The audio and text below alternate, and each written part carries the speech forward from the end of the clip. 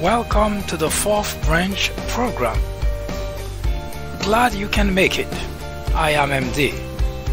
This program is dedicated exclusively for those with common sense, a spirit of patriotism, and a determination for a more perfect union. Stay tuned as we begin the discussion of a very important, interesting, and enlightening topic. Hope to hear from you soon. Happy listening.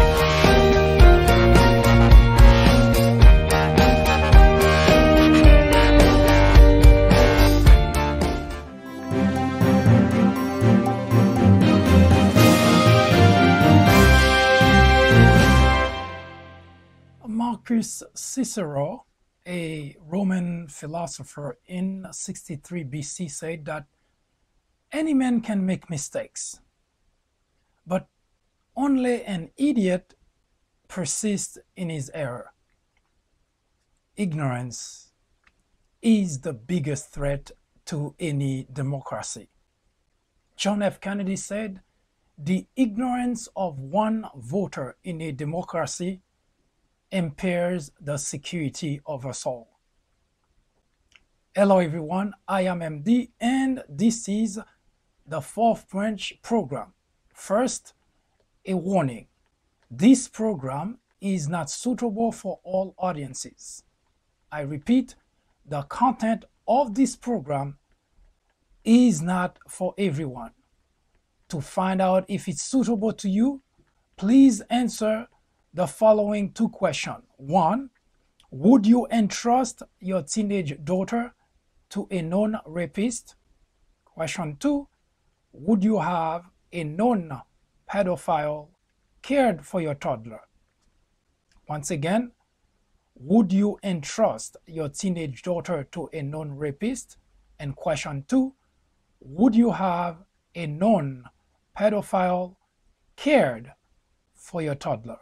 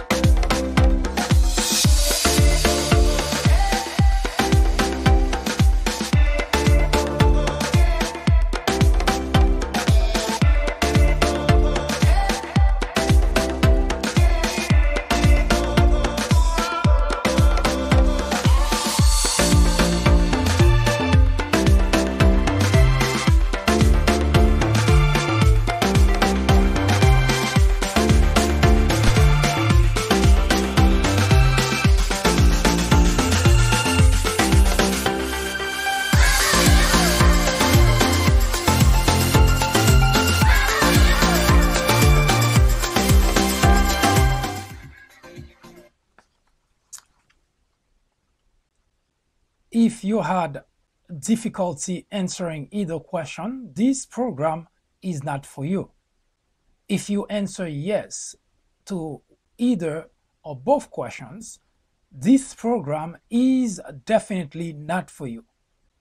But if you answer absolutely not to both questions, this program is catered to you. You should stick around. It is enlightening, informative, and educational. Stick around.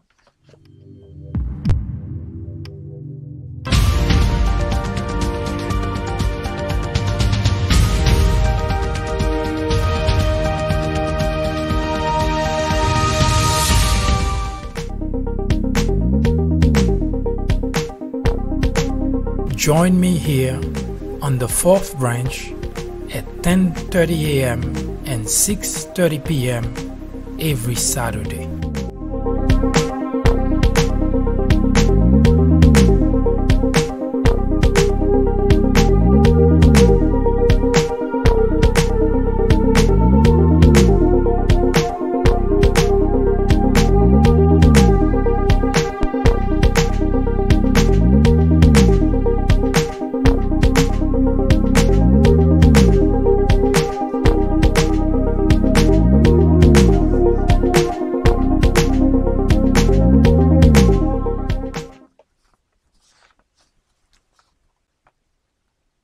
We begin the discussion this afternoon as to what has been for the past few days. Back to the entitlement fight. We had started since Thursday last week discussing the sensitive program that is known or usually referred to by most Republicans as entitlement. And more often than not, the expression is not used in a good way. It is mostly used in the Republican circle as a way to say that some people, a group of people, are receiving government's handout, and it is up to, quote unquote, us, Republican, to rein in on those expenses.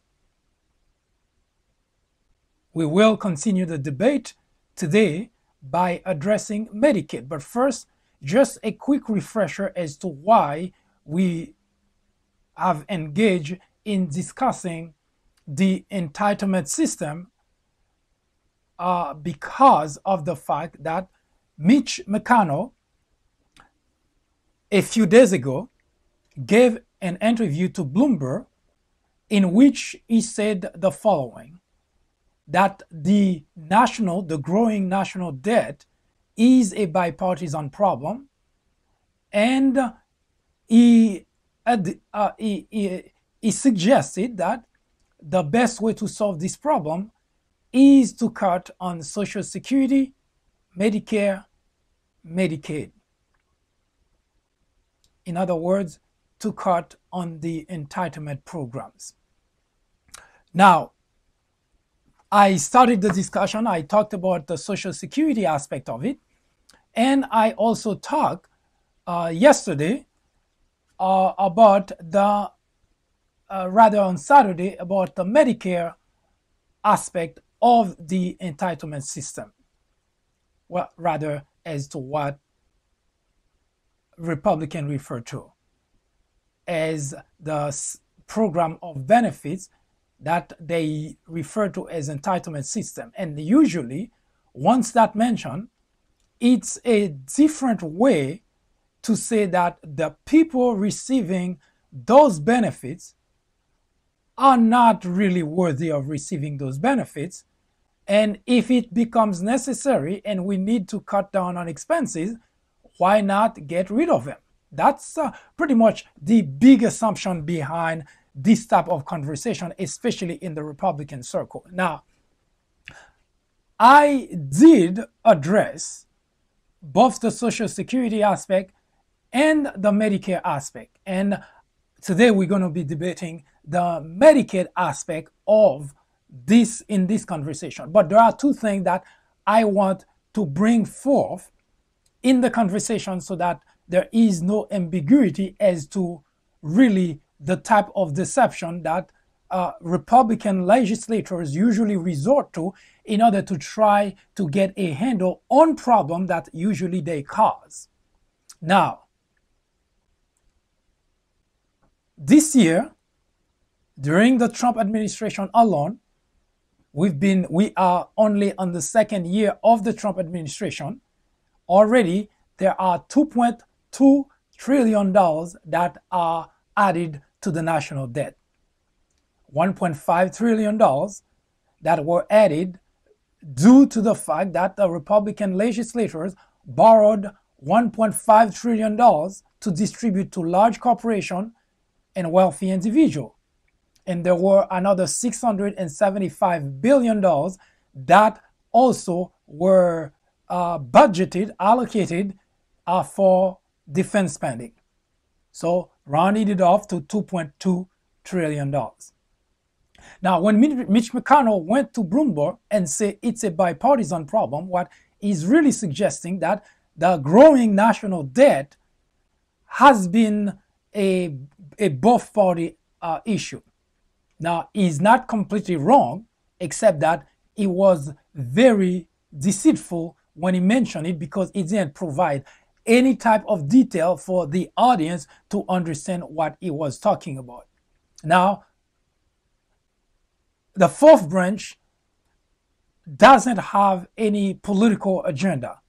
This is this program. What we set out to do is to explain complex issues. Sometimes they are part of the news. We do not report the news. That's why you see that those scrollers provide that type of information without any further detail. However, we set to analyze to provide information related to topics that impact us, that impacts that impacts the nation, that impacts individual, that impacts group, that impacts and sometimes I could say impact the society as a whole. Now, because of that, we try to provide relevant information, factual information that shed lights on the topic in order to provide the framework for any individual, Democrat or Republican. You make the decision based on actual information, on a real information, but not on sound bites or on misinformation or distorted information or sometimes outright lies by the legislators in order to get your support. So when Mitch McConnell mentioned that it's a bipartisan problem, again, he is trying to say that both Democrat and Republican are responsible for the problem. He's not completely wrong, but here is a snippet of what has been happening, at least for the past couple of decades, and for you to get a sense of what Mitch McConnell said was actually very extremely deceiving. Number one, if you're paying attention to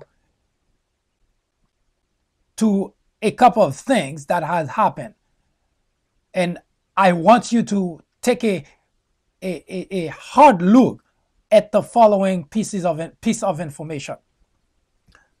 This is the tax cut for large corporation and wealthy individual that the Republicans passed on February 2017. $1.2 trillion went to large corporation and wealthy individual. That's the larger piece of the pie you see on the screen. The blue part. The green part is the portion of the $1.5 trillion that went to be distributed among the people. In other words, the people got peanut, large corporation and wealthy individual get the bulk of the money. In order for me to put it in perspective for you, before we move on with this conversation, if you were to borrow $100,000 and $10,000 out of that are given to be distributed among the people, the other $90,000 go to large corporation and wealthy individual. In other words, the people are getting all the people, not just some of the people, but all the people, they have 10% of that money to be distributed among them, which means you're not getting much. And the bulk of the money, the $1.2 trillion, go to large corporation and wealthy individual. Why is that important? It is important because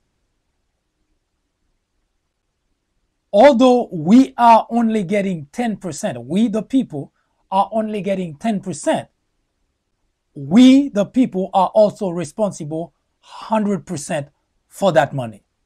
Now, to put it in perspective, if your kids, your son or daughter goes to the bank, borrow $100,000, come home and say, Mom, Dad is $10,000. Now, great gesture. You don't know why you're getting it, but you think it's, well, how sweet of my son, how lovely of my daughter to give me $10,000. Now, the other $90,000, your child decide to use it to buy an expensive gift for Uncle Joe, who lives in a mansion in Beverly Hills. Now, Uncle Joe couldn't care less about the gift because Uncle Joe is doing quite fine. Millionaire, has a great life, lives in a mansion, has plenty of people serving him. He is not interested in expensive gift, or at least not from someone who has to go to the bank and borrow it. But nevertheless, that's what your child did. Now, it would have not mattered to you if your child did what I just mentioned, borrow $100,000, give you $10,000, and use the other $90,000 to give to buy an expensive gift to Uncle Joe. But there is one problem with that example. It's the fact that in 6+ months, you will receive a statement from the bank asking you to begin repaying that money, not the $10,000, the whole $100,000 is now a bill that becomes yours. You see the problem? First of all, there was no reason to borrow the money. None whatsoever. There is no justification. And that's exactly what the Republican legislature did. There was no input from the Democrat, but on top of that, 60% of the population say they didn't want it. But the Republican legislators went ahead and borrowed the money anyway. And by borrowing, I mean borrowing. We didn't have the money. They had to borrow it from Chinese bank, from Japanese bank, from European bank. They borrowed the money. And they gave 90% of that to the wealthy individual. And they took 10% of that and distributed among the people. Now, a number of Republican constituents have expressed great joy because they look at their paycheck and they see that they get an extra $40 or an extra $60 on their paycheck. They are very grateful. This is understandable. You get an extra 40, 60 bucks, no matter how small it is, but it's more than you used to get. So of course you are grateful. With one small problem. Just as I mentioned to you that your parent, or if you are the parent, that your son may have decided, instead of giving you $10,000 in bulk from the money that he borrowed from the bank, may decide to give you $1,000 every week for 10 weeks. So during the time that you're receiving the money, it's how nice of my son, how lovely of my son. You're talking to your neighbors, you're talking to other people, and you're relating that very fact. And that's exactly what the Republican constituents are currently experiencing. That's why they talking about that. It's a very lovely gesture of the Trump administration. We get a $40, a $60 on our paycheck. So what not to be grateful about? So your parent, or in that case, it could be you're receiving $1,000 every week. And as the money is coming, you're like, oh my God, my son is so lovely. He takes care of me. Every week he comes and gives me $1,000, send me $1,000. At the end of the 10th week, since in his mind he proposed to give you $10,000, at the end of the 10th week you receive your last $1,000 and then you don't get anything more. Well, you're still grateful because, well, you didn't have that money and you've been receiving it for 10 weeks. Yes, you get used to it, but at some point it had to end because the son only had $10,000 set aside for you. Similarly, that's exactly the same thing that the Republican legislature done.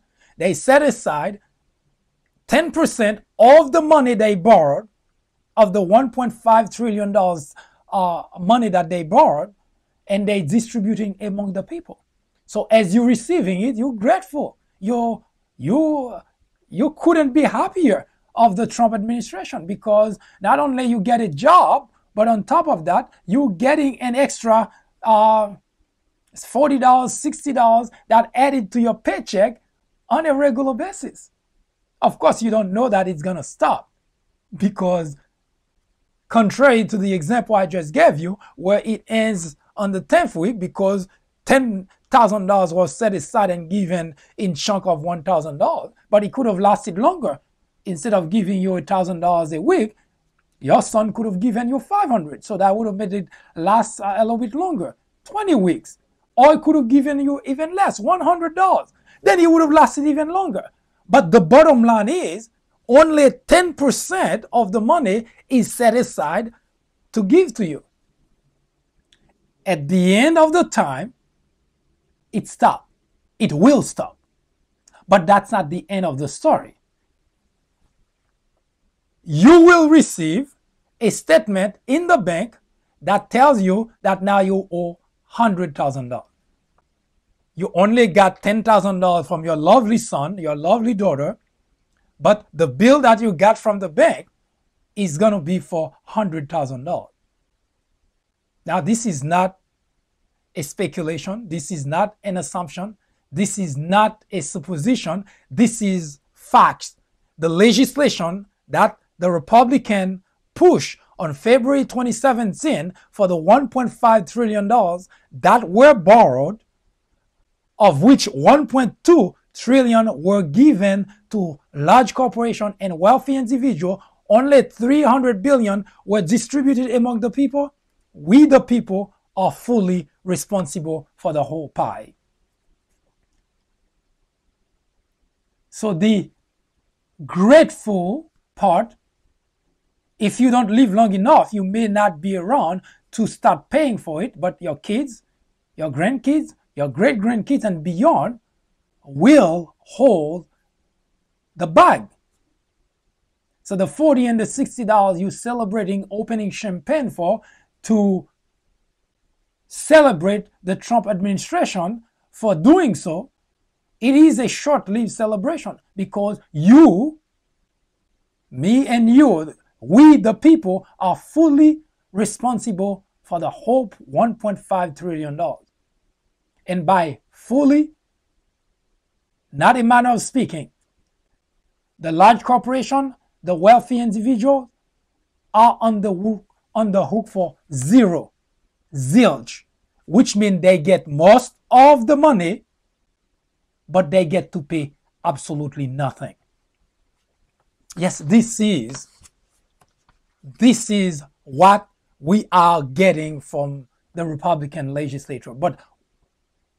And I mentioned on the invite that Republicans are trade in deception, which is true, because when they were selling you the $1.5 trillion, they sold it to you as a tax cut for the people.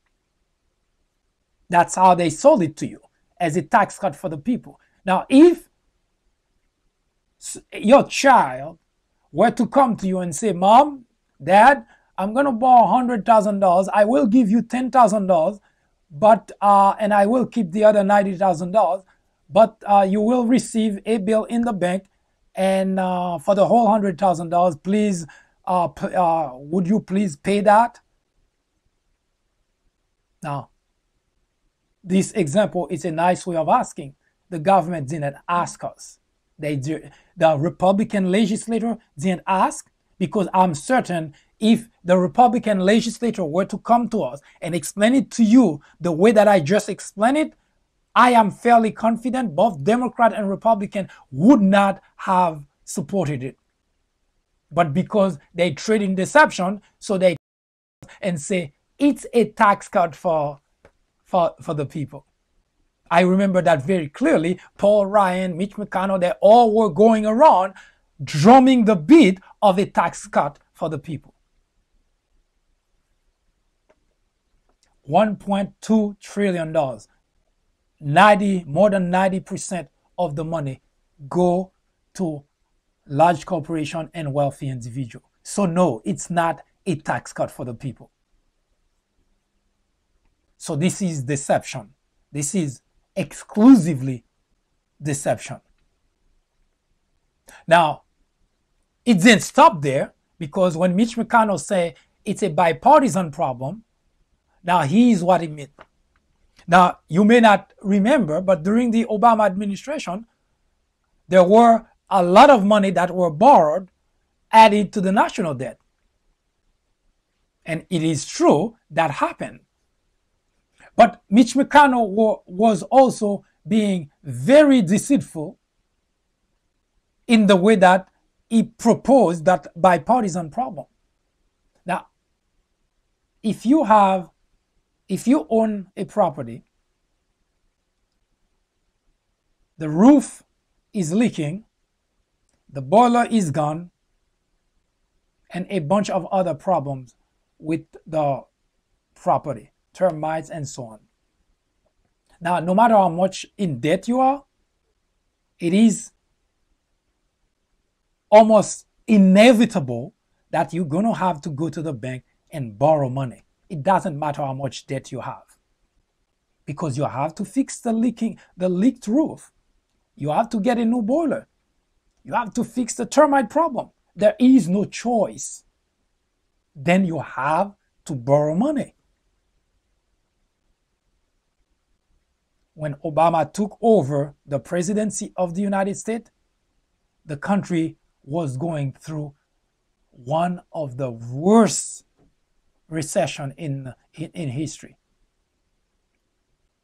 Financial meltdown, auto industry going down, banking industry going down. That's your roof leaking. That's your boiler gone. That's termite. There is no way you can just sit and do nothing. So when Mitch McConnell say what he said, he is really trading in deception. Because whether you like Obama or not is totally irrelevant. In a scenario like this, Democrat or Republican would have had to do the same thing. You would have to borrow money no matter how much debt the country has. Because when there is problem, when there is crisis, that's what any sound-minded individual would have done. So Obama did what would have been expected of him or anybody else sitting in the Oval Office. But in the case of Donald Trump, there was no such problem. Donald Trump walked into the Oval Office with an economy going up. Wall Street was doing extremely well. Industries were reporting record revenue, record profits. There was absolutely no reason to borrow money. So this is not a bipartisan problem. So that is unfortunately how Republicans in general trade. They trade in deception, and unsuspected constituents who do not know any better, who get their information again from a source that simply provide distorted and wrong information. I'm referring to Fox, that simply amplifies whatever soundbite Republican legislators have, not really acting as a news organization to explain to the constituent, but rather as a mouthpiece for the Republican Party. So the Republican constituents are dummified every single day. Instead of understanding the problem, they becoming dumber and dumber.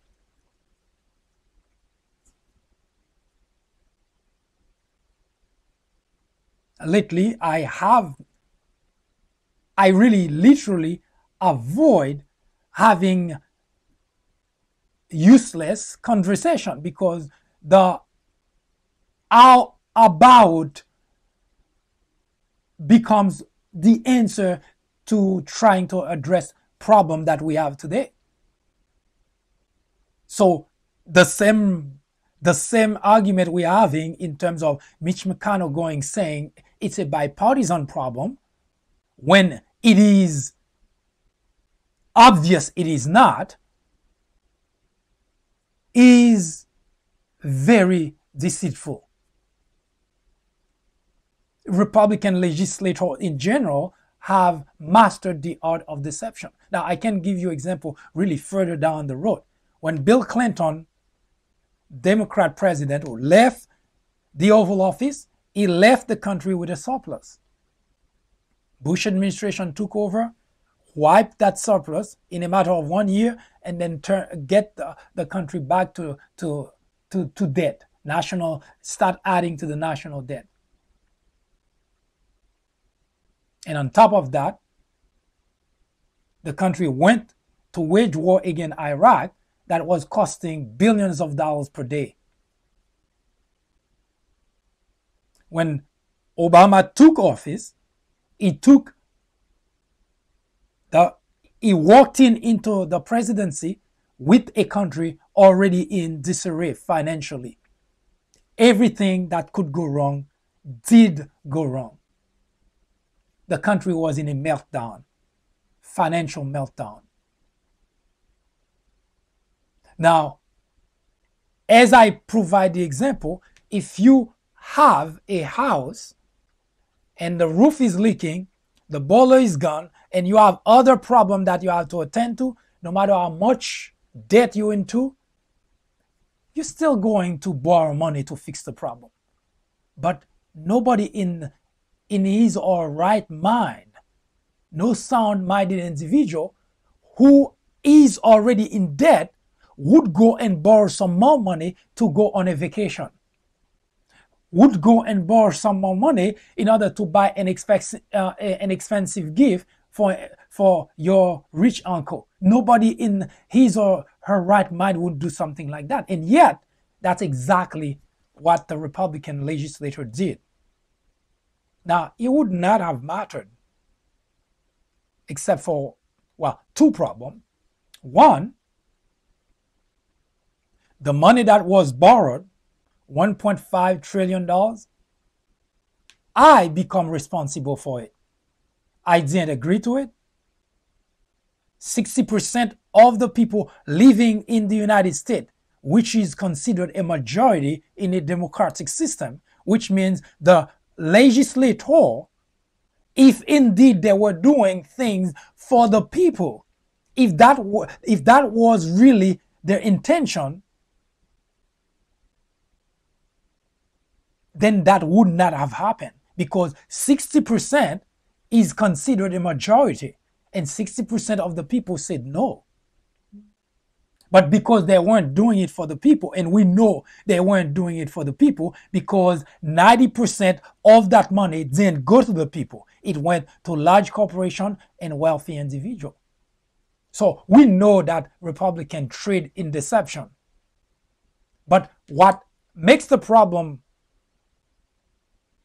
tricky and complex is because Republican constituent not only buys into those kind of deceitful argument from their legislators, but it seems that maybe it's because they buy into it, they do not grasp the extent of the problem. Because as I said, we the people are fully responsible for that problem. And there is no way we, this generation or the next or the one after that, can finish paying for those debt, which means it's our kids, our grandkids, our great-grandkids, and beyond who are now responsible for money that was borrowed for no reason other than to give it to those who already have, and then to pass us the tax bill. So yes, there was a tax cut, but it wasn't for the people. It was a tax cut for the wealthy, for the large corporation, but it was a tax bill for we the people. So yes, the $40 or the $60 you see on your paycheck, it is not cause for celebration.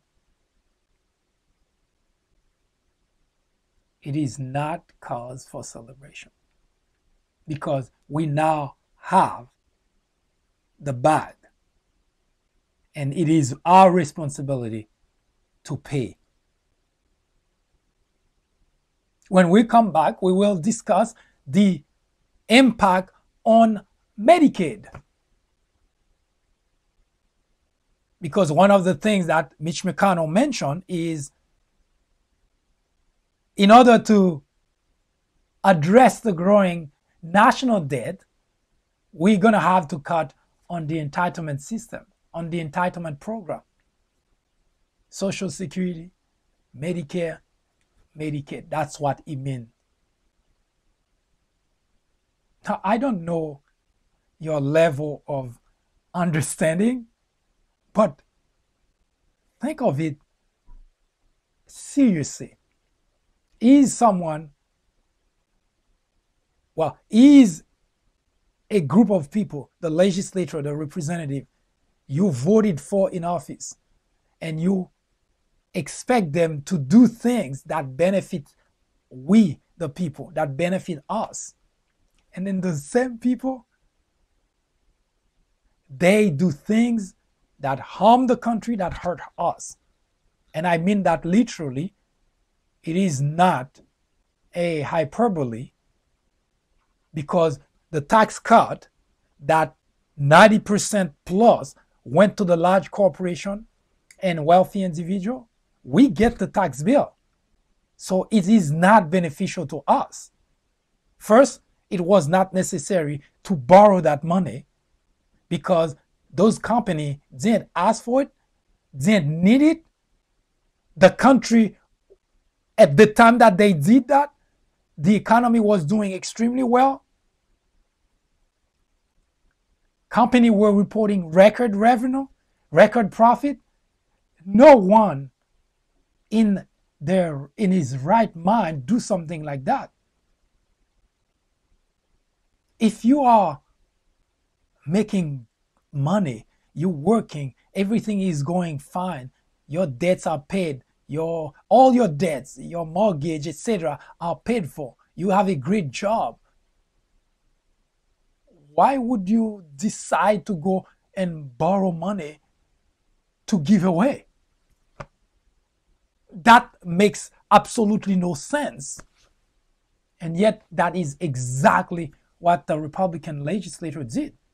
But they did that because the bill goes to us, we the people. And they just couldn't care less, because we become responsible for the problem. I'll be right back.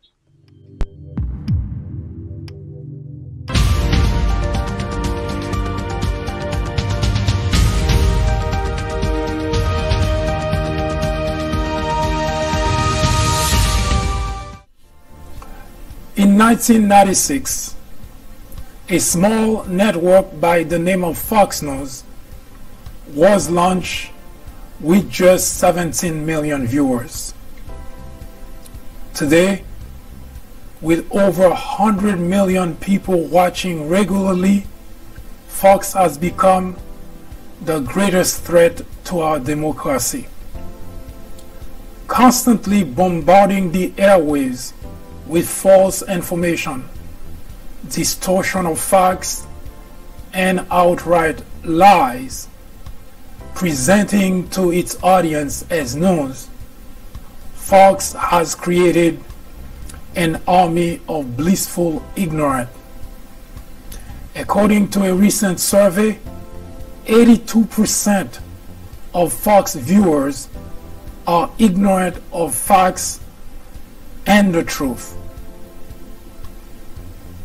To keep millions of people in ignorance not only prevents democracy from flourishing, but it also clears the path to authoritarianism, to dictatorship.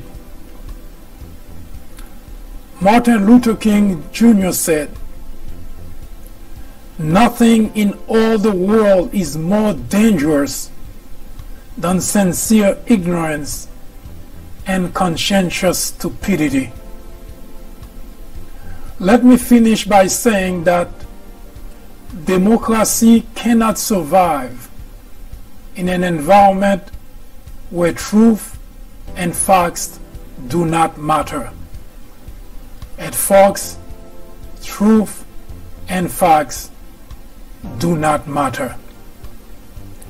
Indeed, democracy in America is in jeopardy It is a crisis the country can no longer ignore.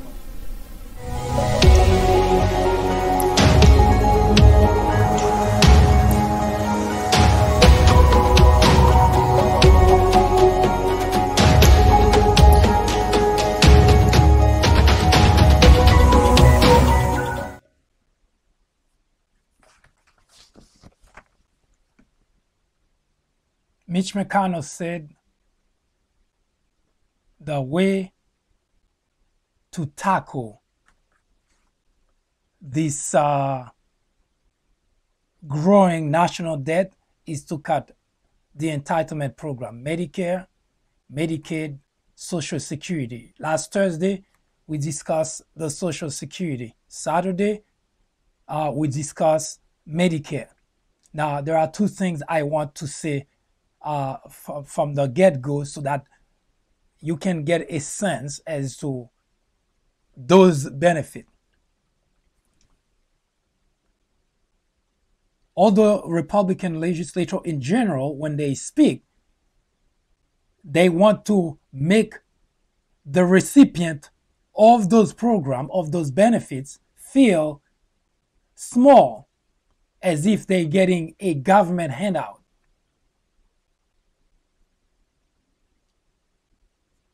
If you are a beneficiary of any of those programs that I just mentioned, it is not a government handout.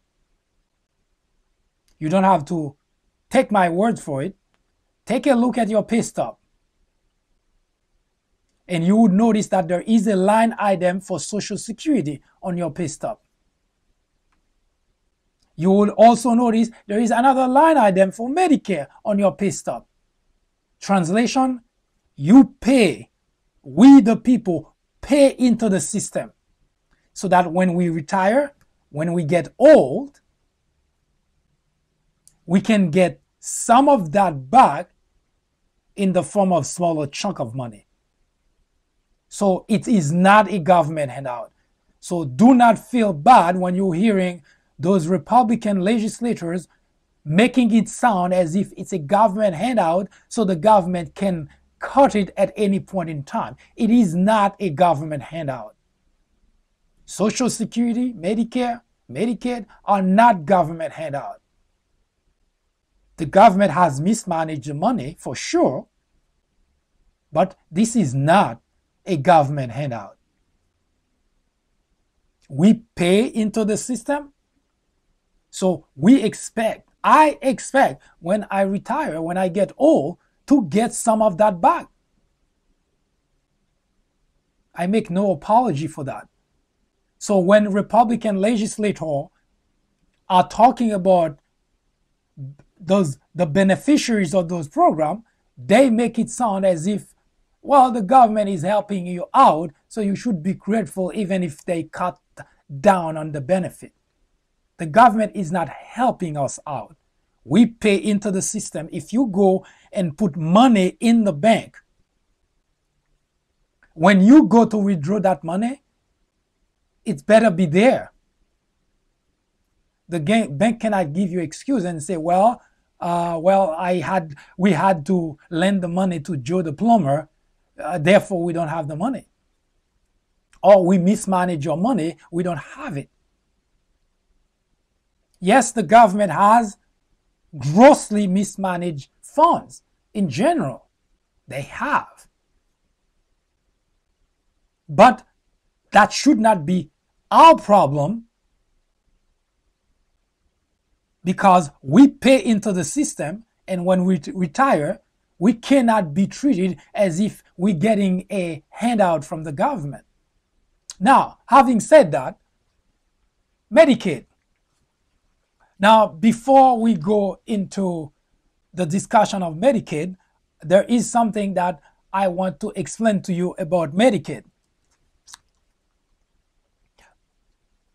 Just like Social Security and Medicare, there are a bunch of crooks on the internet who are waiting as best as humanly possible to prey on your personal information.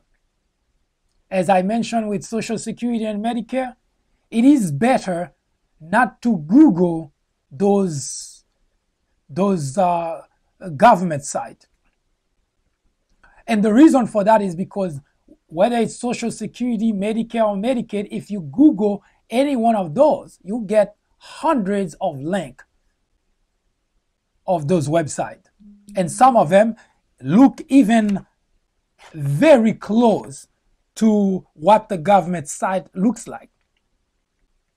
So you are in danger of providing your information to those crooks on the internet who are just waiting to get those information.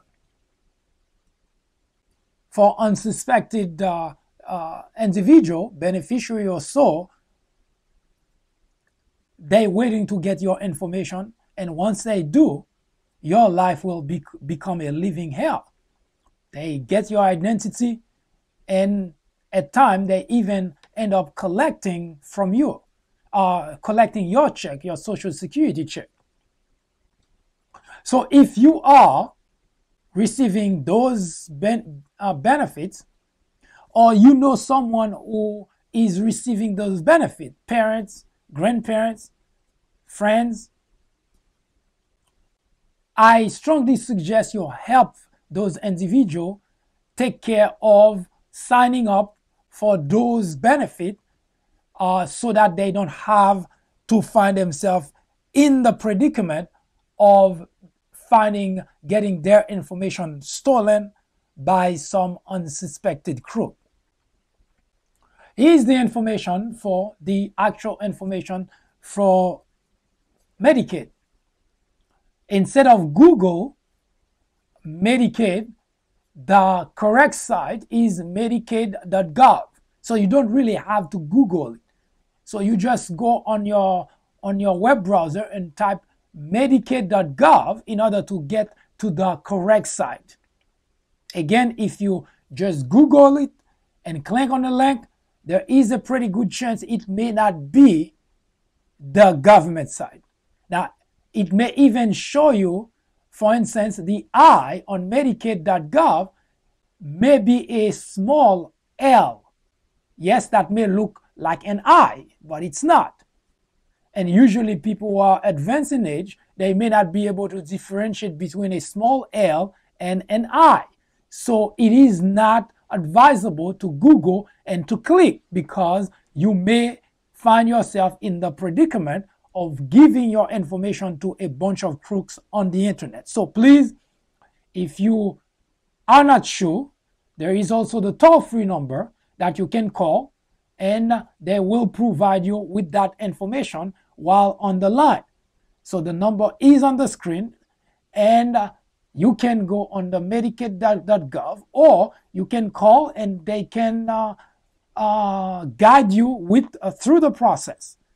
But for your sake, please do take a lot of precaution when you online, because there is no lack of crooks on the internet waiting to pounce on the most vulnerable, and that is usually people who are advanced in age. So, having said that, let's take a look at some other aspect of Medicaid.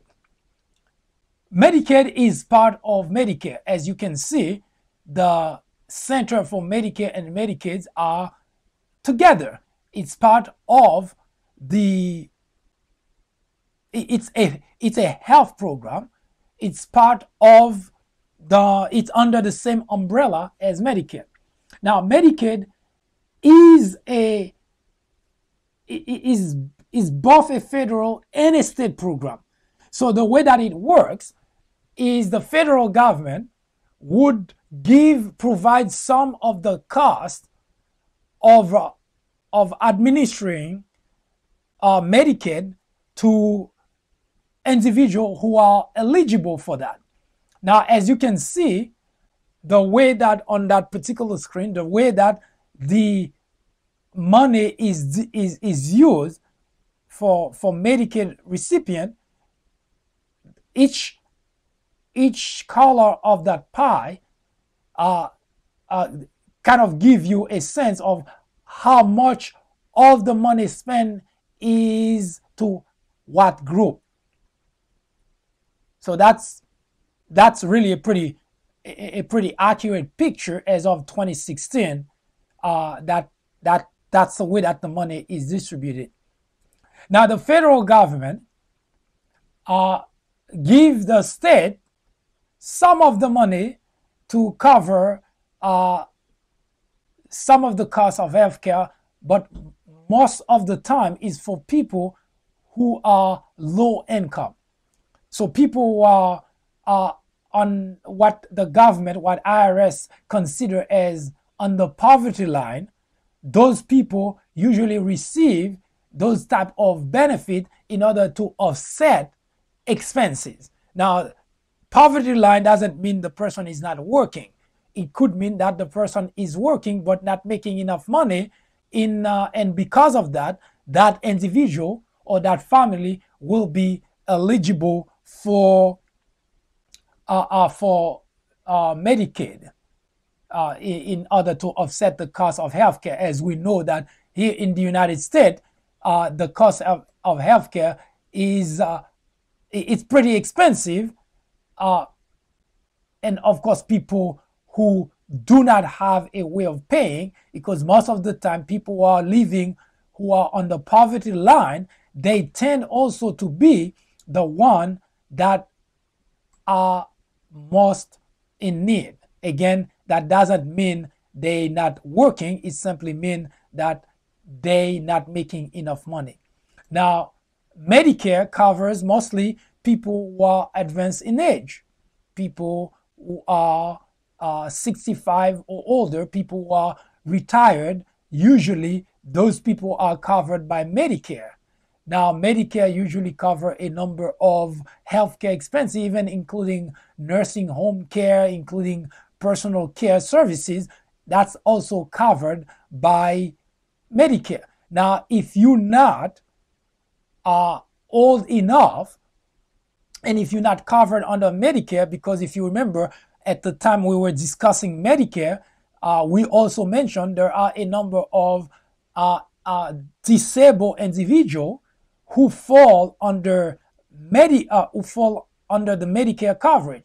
So both the older individuals and people who are handicapped, who have some sort of I guess physical, it could be mental as well. Those people sometimes that they are covered under Medicare. But with Medicaid, although it is almost exclusively for individuals who are unable to pay for healthcare expenses, they are considered poor people. They are by IRS standard. IRS has a table which provide you with some information and tell you that individual in a certain bracket, those individuals are considered at the poverty line. Now, the way that Medicaid is structured, it is to cover people who are up to 133% on the poverty line. Now, the table that you're looking in front of you, as you can see, the table is pretty recent, March of 2018. This is how it is reported as far as IRS is concerned. For instance, if you are an adult, that's the first line. If you are an adult and you're only making $16,653 per year, you are considered as someone who is living in poverty. In other words, you will be covered under the Medicaid program, under the Medicaid benefit. Now, if you look at it from that angle, and my suspicion is that when Republican legislators are talking about people in those circumstances, meaning people who are literally living in poverty, and those are the same individuals that Mitch McConnell is saying, let's just cut their benefits. Now, think of that for just a second.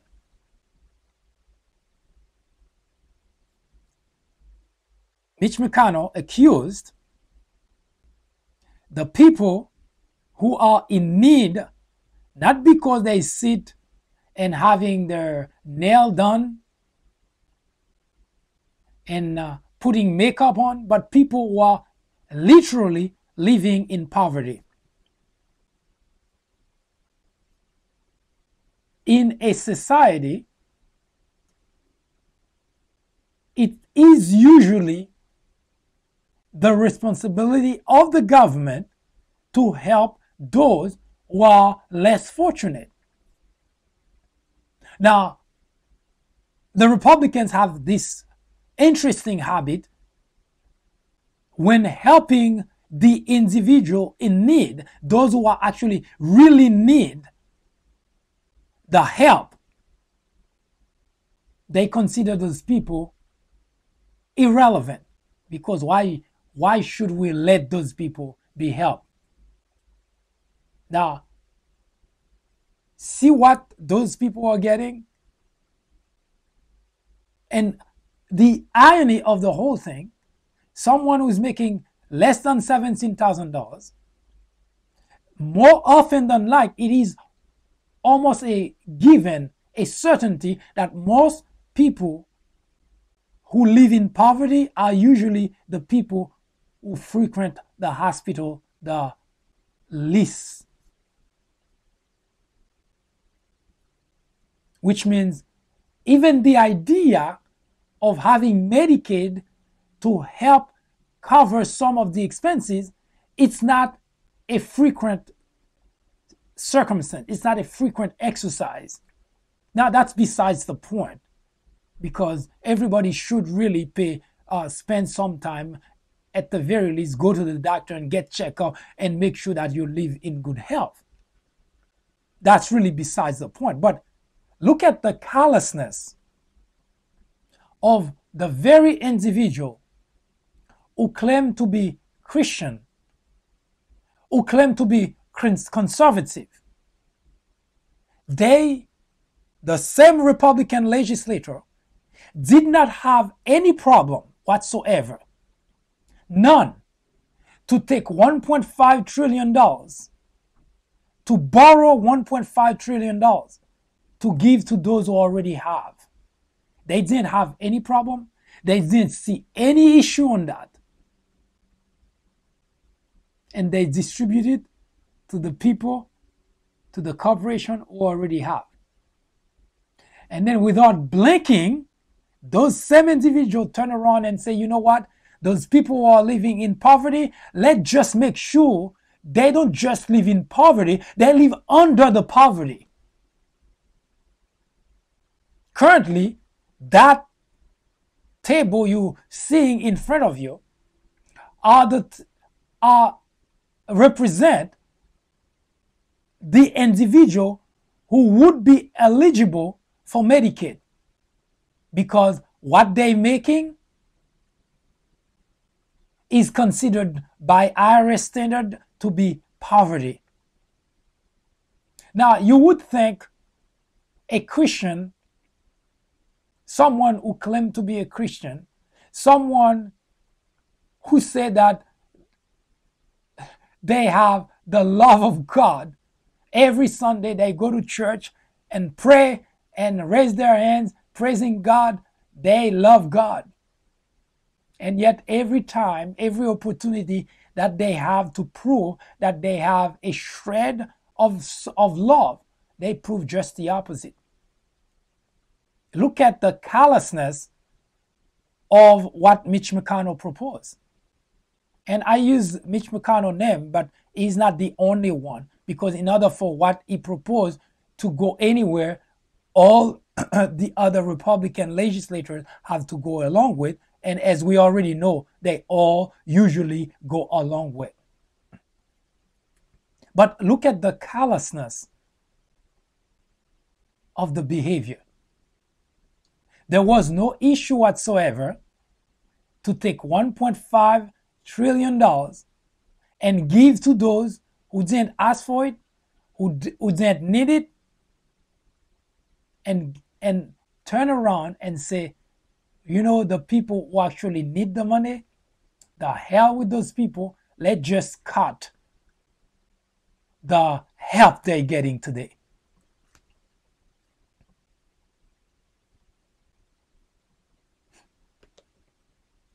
Now talking about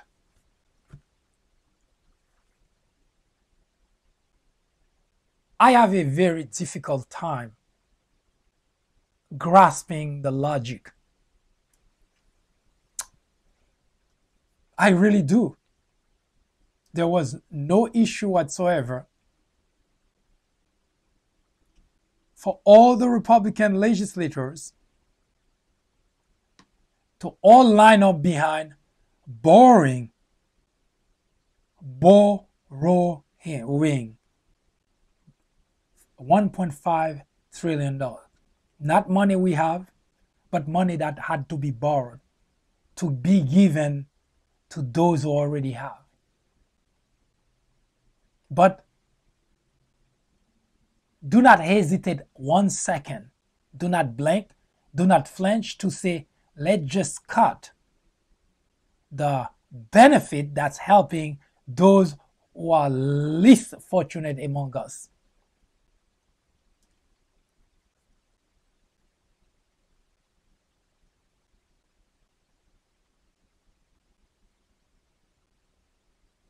Freaking amazing.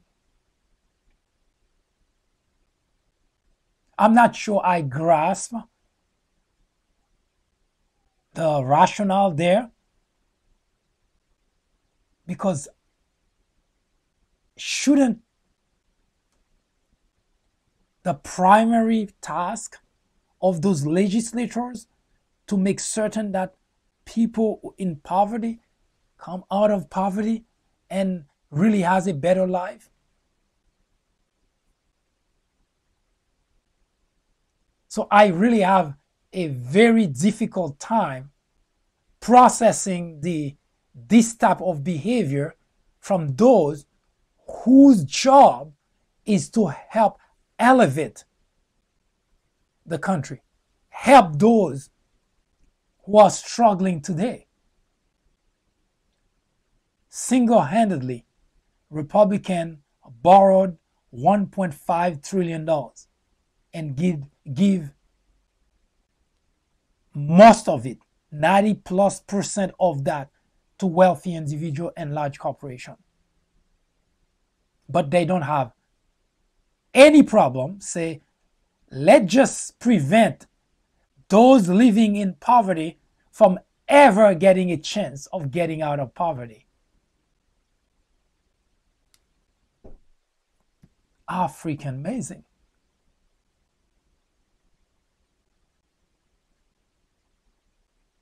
How do you explain that?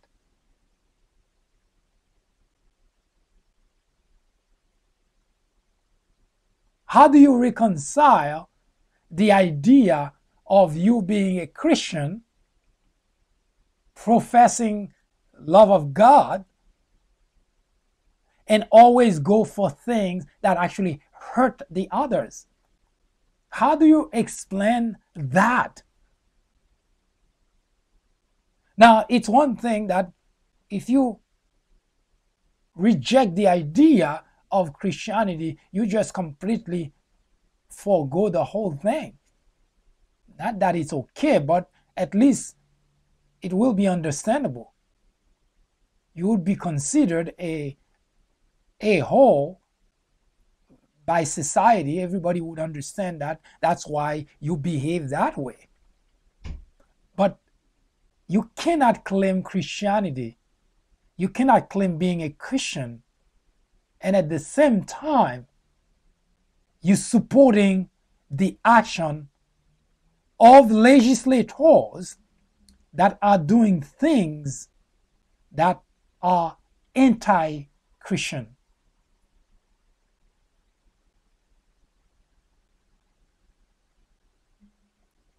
Medicaid is a program that the federal government, along with the state, put together in order to help those who are under the poverty line by IRS standard to at least be able to go and see a doctor, be able to go and get some help, some health care.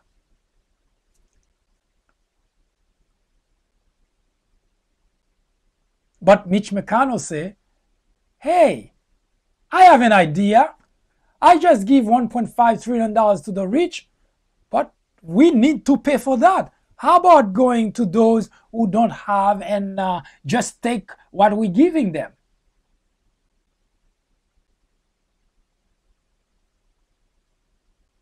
What an idea.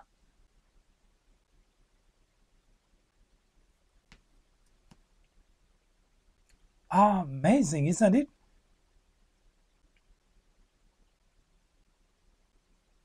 I'll be right back.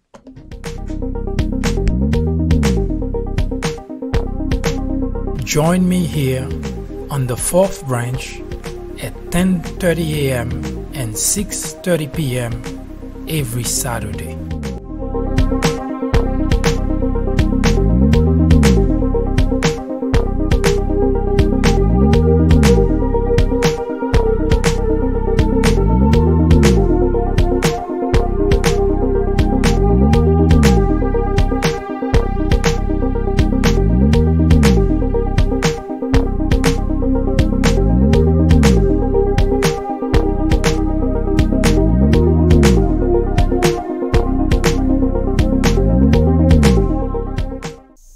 Ignorance, they say, is the biggest threat to any democracy.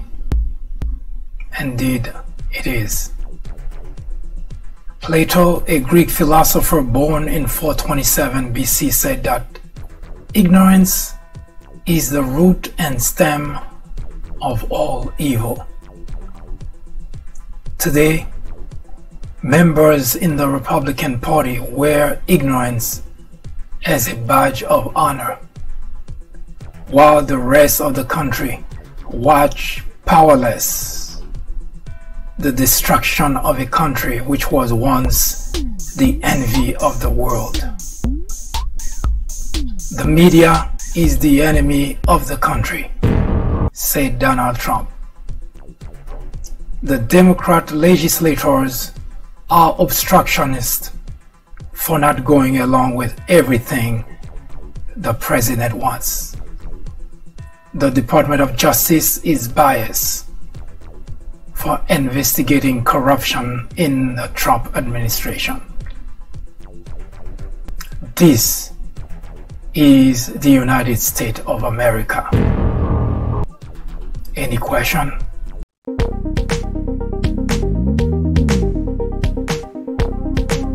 Join me here on the 4th branch at 10:30 a.m. and 6:30 p.m. every Saturday.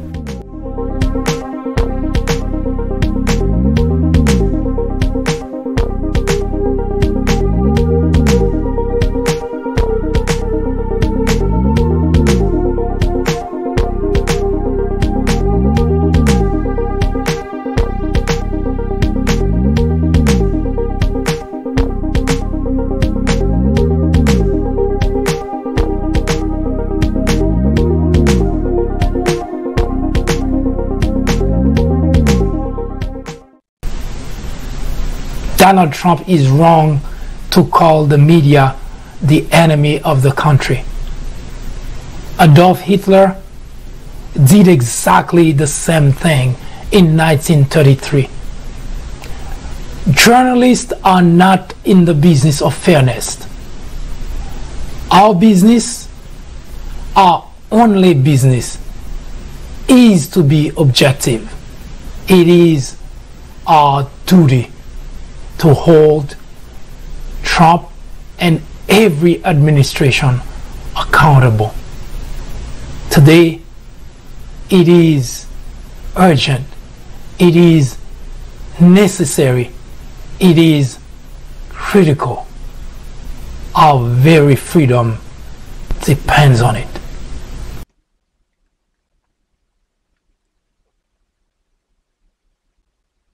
Can you imagine living without Social Security? Can you imagine living without Medicare? Well, before 1935, there was no Social Security. There was no Medicare.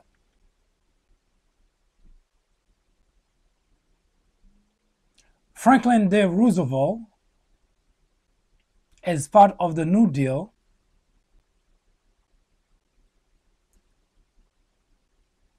passed the Social Security Act. Now, you may not necessarily know that there was a dark day in America in 1929, and Herbert Hoover was at that time president of the United States, and it was a great recession. In fact, the whole world was going through that kind of Great Depression. And when Franklin Roosevelt took over the presidency, as a way to change what was going on, he came up with a list of program that will jumpstart the economy and will put a number of acts, legislation in place that provide some sort of security for the American constituent. So in 1935, if necessary, maybe we'll talk about the New Deal in another program, but in 1935, the Social Security Act was passed. And I already explained that, so I'm not going to go over that again and again, because it is readily available on the internet on the People Branch YouTube channel. So if you go to the People Branch YouTube channel, you will find all the video are available there. So for the Social Security, for the Medicare, and of course all future video will be located in on the People Branch YouTube channel. So I strongly encourage you to take a look at those videos.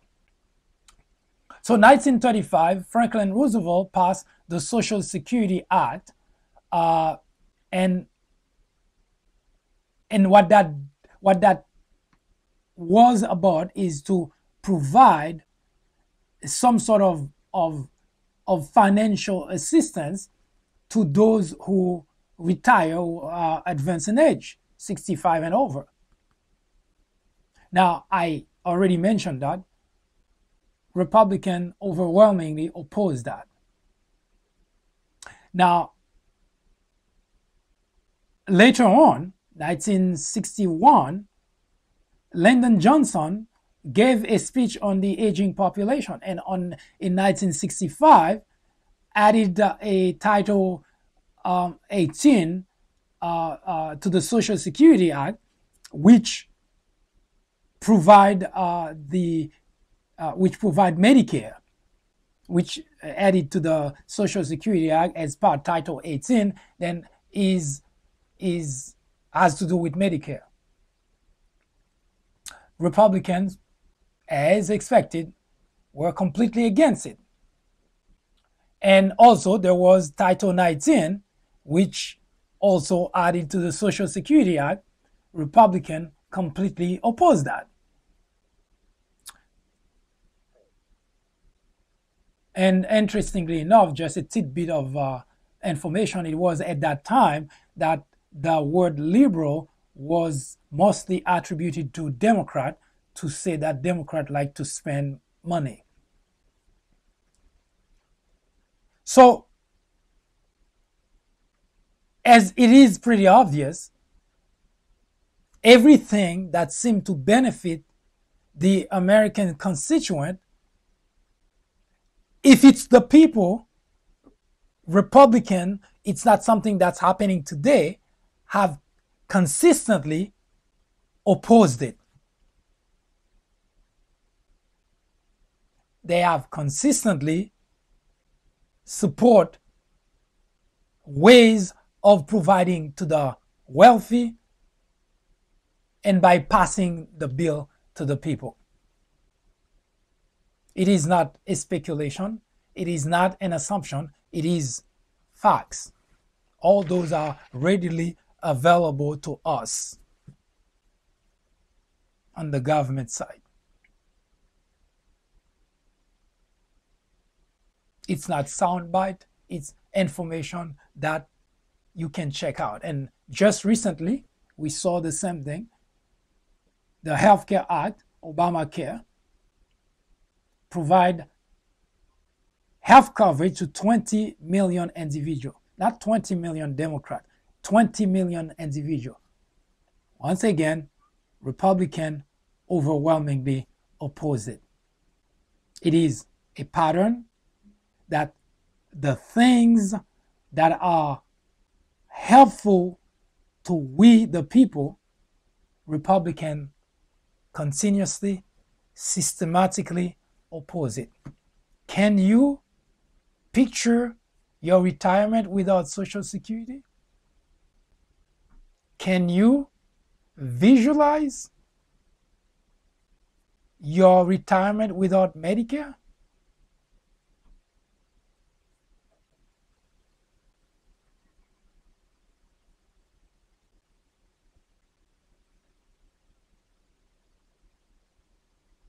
It is not a Democrat or a Republican issue.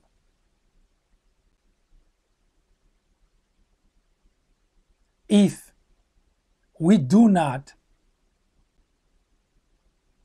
control what the legislators do, and if we get engaged in the game that they play, pinning one group against the other, one party against the other, which they're very good at, and they do it for one reason and one reason alone, so that they can keep their job. Mitch McConnell has been in Washington for what, 3+ decades? Most legislators have been there for eons because they have mastered the art of telling you the other side is bad, so you continue to vote for them. You continue to send them to Washington.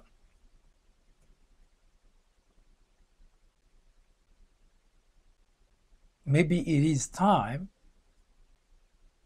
to take a good look at where the country is going and take control of the country, because we cannot afford to leave the functioning of the country to those individuals.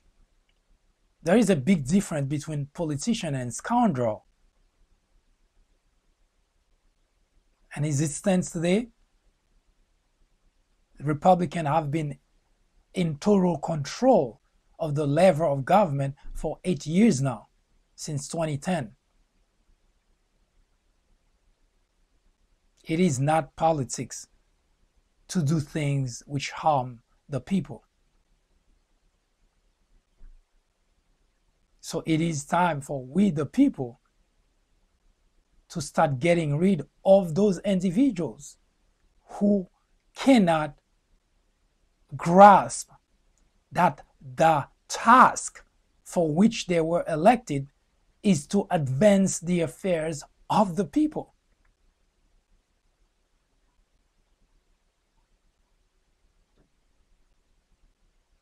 If we ought to change the dynamic of what's going on in the country today, we, the people, must realize that when the majority decides a certain way, it may not be pleasant for you if you're not in the majority, to go along, but for the sake of future generation, your kids, your grandkids, your great-grandkids, once a majority decide a certain way, it is time to join the majority.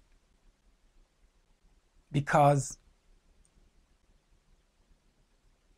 if we keep at the idea of fighting one another as constituents, as you can see, the state of the country clearly tells you which way we're heading.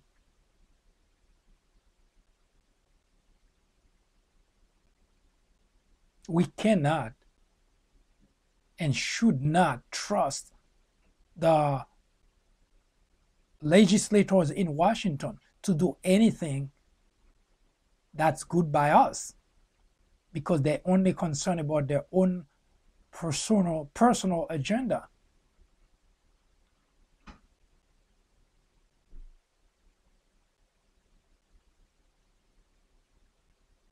It is a sad predicament, but we're partly responsible for that problem, because we have been, some of us have been going along despite the fact we know what those legislators say are untrue, they're lies, and yet for the sake of supporting a political party, we've been going along with it. So it is time. It is really time to do what's right by the country. I'll be right back.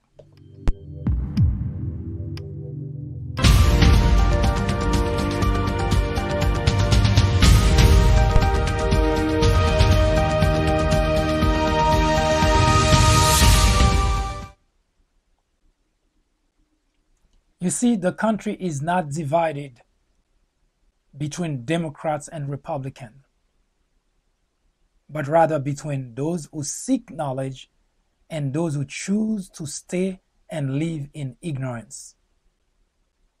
No, the United States is not divided between Democrats and Republicans, but rather between those who seek truth and wisdom and those who promote and enjoy falsehoods. Those who make use of their brain and those who simply outsource theirs. Today, the United States is in dire need of a leader who knows the way, shows the way, and is willing to go all the way.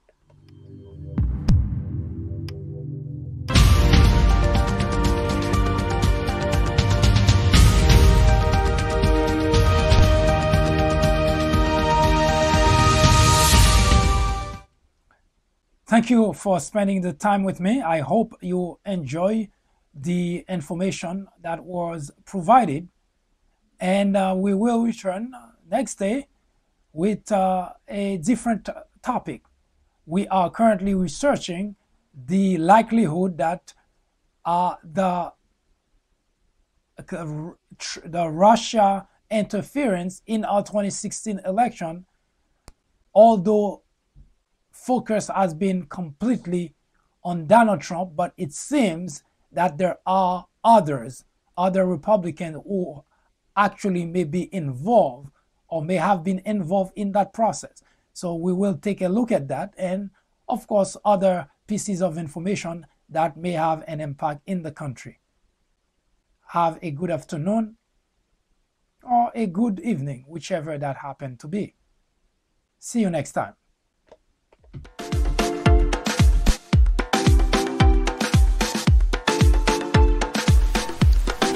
The Fourth Branch Podcast is brought to you in collaboration with the People Branch publication, which can be found on the People Branch website, located at peoplebranch.org. That's peoplebranch.org. That's peoplebranch.org website, in which you will find a number of very interesting articles.